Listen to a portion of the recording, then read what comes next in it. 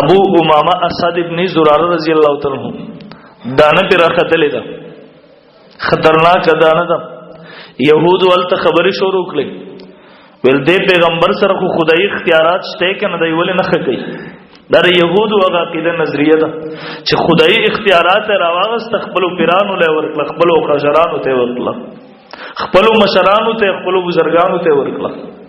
او چې کله موږ شروع وکړه د يهودو د نظریه رد د دې زمانه باز یا قبر پرستم خبشو چې بریلیان ورته وایي تاسو دا ولې دا څنګه ګستاخه بی ادب وي مخکې ورځو کې ما پبو کې یو بیان وکړو هغه پیرانو چې خپل یو نظام هغه باطل پیرانو هغه قائم کړو یعنی تر دومره پوری هغه خلک هغه پیر سیب راولي دا تاسو یې پیژنې پیر رحمت کریم پروم باندې دغه خبيث دجال دا څنګه هغه پیر سیب راولي خپل کور ته خزو ته درنه کوي زرانه وته نام سه انسان دی نبی علیہ السلام خپل ستر کوي پرده کوي دغه خبيث د پیغمبر په شراوړي شریعت باندې خو عمل نشته ها د خدای حکم منلو ته تیار نه دي د پیر صاحب حکم راغی پلان کې سره تعلق ختم کوي که تعلق نه ختمه پورا علاقه در سره بایکاټ کوي دا ذهن جوړ کړل څورلم هغه ورځ باندې ما مسلسل په دې عنوان باندې خبره وکړه ما خلاف بل ورځ جلوس راوستو چې په ورځ باندې تانی تلاړه چې توهین رسالت پرچه به کټ کې ولې پرچه کټ کې یار ګستاخیه وکړه به ادبیه وکړه یعنی کته د خدای اختیارات بندگانو ته ورکړیو ما د قران نصوص بیان کړل بیا زه ګستاخ شوم ته دا ګستاخی خدای ګستاخی قران کړی دا خو پیغمبر کړی دا اوه دا واوري نبی علیہ الصلوۃ والسلام په خپل اعلان کوي اعلان من زعما چاچی ګمان وکړو ان الله جعل للعباد من الامر شيئا چې الله بعضی اختیارات بندگانو ته ورکړي دي بعضی اختیار دي انبیانو ته ورکړي دي پیرانو ته ورکړي دي اولیاء ته ورکړي پلان کې قبر ته ورشه او تاخیر کې شباب بدل درکې پلان کې قبر ته ورشه کانی بزان باندې راکاګه تا ته شفا ملاوي شي نن چې په مزارونو باندې ناسي دا ګوړی او مال کې دم کړي په ایمان ته دې تاسو کې مونږ ویم نه کړي ته دې تاسو کې ته بون زم نور چې دې مردار ناشته دمې بس شي ته ته ځان مردار بیل مازه راغلی لاو خو ځان صفا کړه ته بس دم کې نبی علیہ السلام فرمای من زعم چا چې ګمان ول عقیده نه ګمان یې وکړو خیال یې دا وکړو ان الله جعل للعباد من الامر شيئا الله تعالی بعضی اختیارات بندگانو ته ورکړي اولیاء ته ورکړي انبیاء ته ورکړي فقد كفر بما انزل الله على انبيائه پتاحقیق سره دې سړي کفر وکړو پاغه سره چې الله انبیاء ته نازل کړي دي نما انزل الله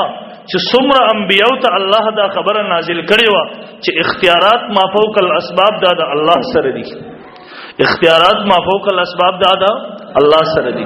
دا هیڅ یو دا ټول انبیاء مشترکه مسله ده دا ټول انبیاء اتفاقی مسله دي کې اختلاف کله نه راغله فقد كفر بما انزل الله على انبياء دا سره کافر شو مشرک وګرځي په دې باندې نبی له سلام فرمایي بدل عرض میکو دی وای دا يهود نبی علیہ السلام د اسد ابن زراره خکې ولې نه چې په دانه راختلې دیکھو مشکل کشا ده حاجت روا ده نبی علیہ السلام خبر سو خیره وقنان الله اليهود الله دی يهود هلاک کی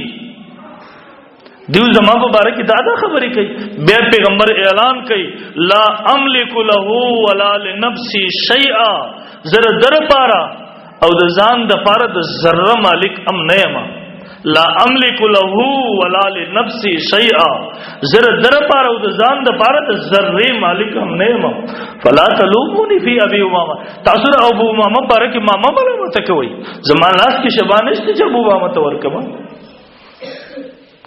نبی علیہ الصلوۃ والسلام عرض کو خپل الله ته محتاج دی یا ایها الناس انتم الفقراء الى الله اے خلق تاسو الله ته ټول پټول محتاج دی والله غنی حمید بے پروا ذات صرف او صرف د الله تعالی دی بس دیو جن هر نبی داغه د مهنت بنیاد دی چې د مخلوق یقین د مخلوق د در نه کټ کې د خالق در ته راولي د مخلوق دا د مخلوق د غلامۍ نه راو باسي د خالق غلامۍ ته راولي. دا د انبیاء د مهنت بنیاد او ثمره. مسجد نبوي صلی الله علیه وسلم جوړیږي. نبی علیہ الصلوۃ والسلام یو ګټه راغستې د بخپل اوګه باندې روان دي. اسد ابن زراره رضی الله عنه دیره اسید ابن یو صحابي دی راغی. د نبی علیہ الصلوۃ والسلام نه هغه کانه اخلي ګټه اخلي د الله رسول مال راکا. اسید ابن حذیر رضی الله عنه نبی علیہ الصلوۃ والسلام نبی علیہ السلام ورله جواب ورکړي انک لست بافقر الی الله مني. اسیدا ته زمانه زیات الله ته محتاج نه یې، ستانه ز الله ته محتاج یم زیاتو. دغه د الله رب العزت دغه تقرب دغه نیکی زم ګټل غواړم. برل عرض مدا کو نبی علیہ الصلوۃ والسلام په خپل رب العالمین ته محتاج دی. دیو جن کلم مشکل پیښ شو نبی علیہ السلام فورا منځ باندې ودرېږي الله ته رجوع کوي. امت ته دغه تعلیم مونږ ته دا تعلیم نه راکړي. پتا مشکل راغی به قبر ته لاړ شه،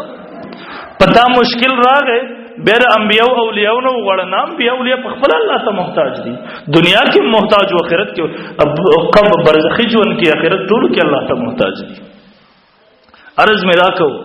نبی علیہ الصلوۃ والسلام د امت د بار امر رحمت دے. نن چې ماوتا په خپل شکلونو ازماوستا شکلونو نه مخزق کیږي، شپه ورځ ګناهونه کو. دا د نبی علیہ السلام هغه دعا ده ولی وما ارسلناک الا رحمتا للعالمین. نبی علیہ الصلوۃ والسلام د انسانیت د پوره کائنات لپاره الله رحمت را لېږل دي. نبی علیہ الصلوۃ والسلام زناور د پاره رحمت دی راغله دي. یو اخر راغی نبی علیہ الصلوۃ والسلام ته سوویل واپس لاړو. بعضو روایتو کې راځي د سترګو نه اوخ کې املاړي. صحابه تبوس کې الله رسول دې سوویلا